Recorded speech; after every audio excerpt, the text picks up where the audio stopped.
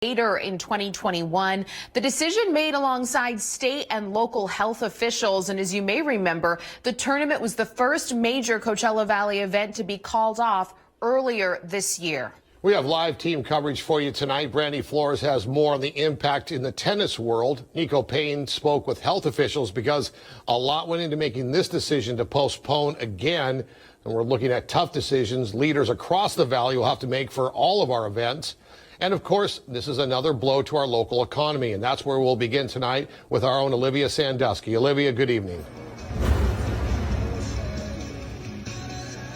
Good evening, Gino. For many of our local small businesses, the BNP Paribas was an event that they were looking for as a financial boost to start the new year, and they're disappointed to hear they'll have to wait a while longer.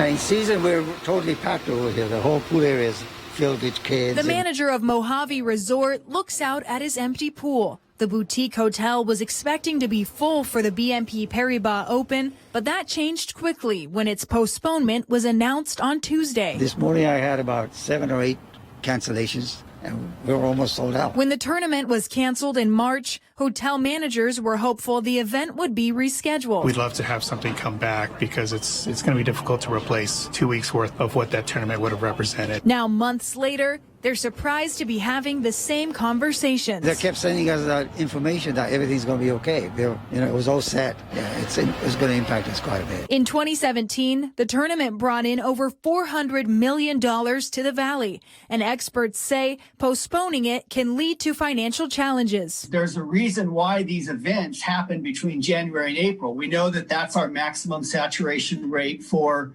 not just tourism, but also for seasonal residents. And a lot of the folks that support, either in part or in bulk, some of these events. With a return date up in the air, Josh expects the impact to be long-lasting. At this point, it's probably safe to say that we're going to be entering some type of recessionary cycle, especially within the small business community, even though it may not be showing up on Wall Street yet.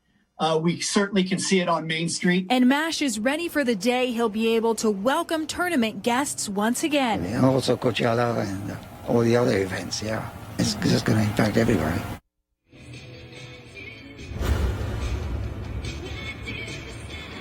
So not the news that our local businesses were hoping to hear, and they are counting on those other big events, those staples out here in the Coachella Valley. But what is the status of those events? We'll send it on over to Nico Payne, who's live at Eisenhower Medical Center in Rancho Mirage. Nico. That's right. Public health officials say it's hard to make decisions this far out in advance, and they say they wouldn't be surprised to see more events postponed.